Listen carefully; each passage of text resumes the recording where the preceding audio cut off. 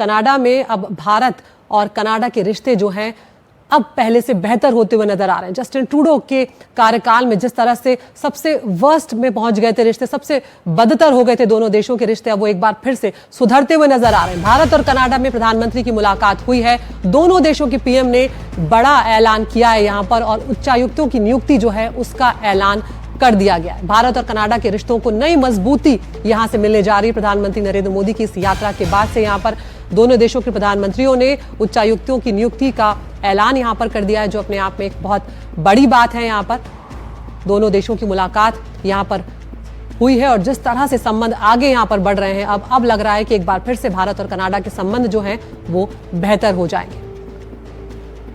तो यहां पर भारत और कनाडा के प्रधानमंत्रियों की जो मुलाकात हुई उस दौरान क्या कुछ कहा गया, सबसे पहले आपको ये सुनवाते हैं।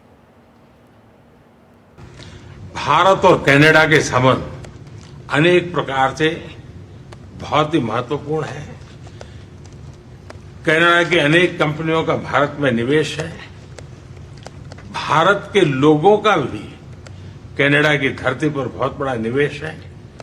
लोकतांत्रिक मूल्यों को समर्पित कनाडा और भारत मिलकर के लोकतंत्र को मजबूत करना होगा, मानवता को मजबूत करना होगा, हमारे रिसोर्सेज का ऑप्टिमम यूटिलाइजेशन कर करके मानव जात के कल्याण के काम में कैसे ला सकते हैं, उस दिशा में हम प्रयास करते रहेंगे। और मुझे विश्वास है कि प्रधानमंत्री जी के चुनाव के बाद मुझे पहली बार मिलने का मौका मिला है, तो इस चुनाव के भव्य विजय के लिए भी मैं उनको बधाई देता हूं और आने वाले कालखंड में उनके साथ भारत और कनाडा मिलकर के अनेक क्षेत्रों में प्रगति करेंगे। India has been coming to the G7, I believe, since 2018 in Biarritz with our French partners, and it's a testament to the importance of your country, to your leadership, and to the importance of the issues that we look to tackle together, from energy security, from the energy transition that you're helping to lead, to the future of artificial intelligence, to the fight that we have against transnational repression, against terrorism, against other factors, and the work that we can do together. And it is my great honor to have you here. I enjoyed your intervention just now, and we look forward to our discussion. तो दोनों ही नेताओं ने आपसी सहयोग की बात को आगे बढ़ाने की बात की। इस मुद्दे पर ज्यादा जानकारी दे रही हैं कनाडा से हमारी सहयोगी महा सिद्दीकी। 40 मिनट चली ये द्विपक्षीय वार्ता प्राइम मिनिस्टर मोदी और प्राइम मिनिस्टर मार्क कार्नी के बीच, और सबसे बड़ी जो यहाँ से खबर निकल रही है वो ये है कि दोनों देश अब अपने हाई कमिश्नर्स, नए हाई कमिश्नर्स अपॉइंट करेंगे। ये दोनों हाई कमिश्नर्स हटा दिए गए थे दोनों देशों की तरफ से, क्योंकि हरदीप सिंह निज्जर की हत्या के ऊपर जो दोनों में डिप्लोमेटिक फ्रिक्शन चल रहा था वो बहुत बढ़ गया था पिछले साल, और उसके चलते हाईएस्ट लेवल के डिप्लोमेट्स भी हटा दिए गए थे। तो अब ये रीइंस्टेट होंगे, यानी नए अपॉइंट होंगे हाई कमिश्नर्स दोनों कंट्रीज में।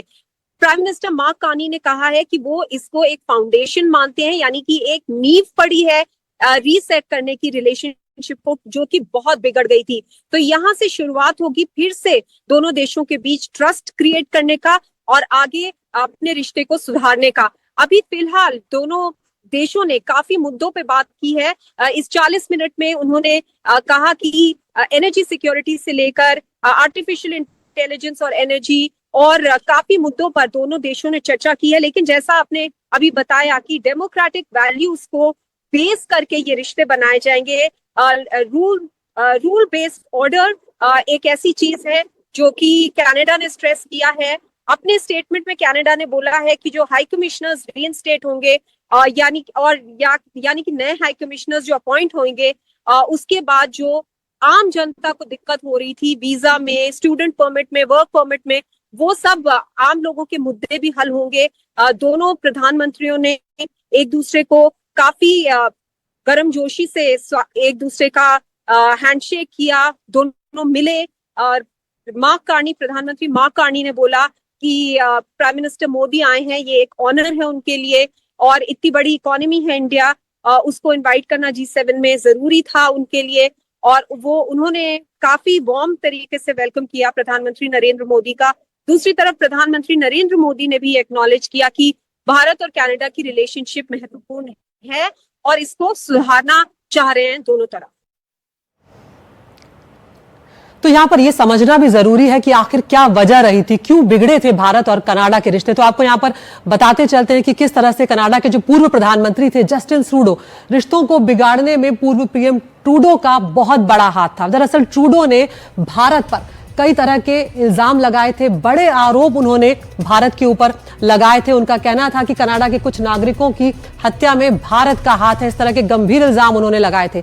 भारत ने हर बार कनाडा से सबूत देने को कहा था और यहां पर ही हमेशा जस्टिन ट्रूडो जो है वो फंसते हुए नजर आए। कनाडा ने अपने आरोपों पर कभी भी कोई भी सबूत वो नहीं पेश कर पाया, सिर्फ आरोप लगाता रहा। लगातार बयानबाजी उनकी चलती रही, जिसके बाद हालात बिगड़ते चले गए दोनों रिश्तों के और हालत यहां तक पहुंच गई कि दोनों देशों ने एक दूसरे के उच्चायुक्तों को बाहर कर दिया और यही वो वक्त था जब दोनों देशों के संबंध बेहद खराब हो गए थे।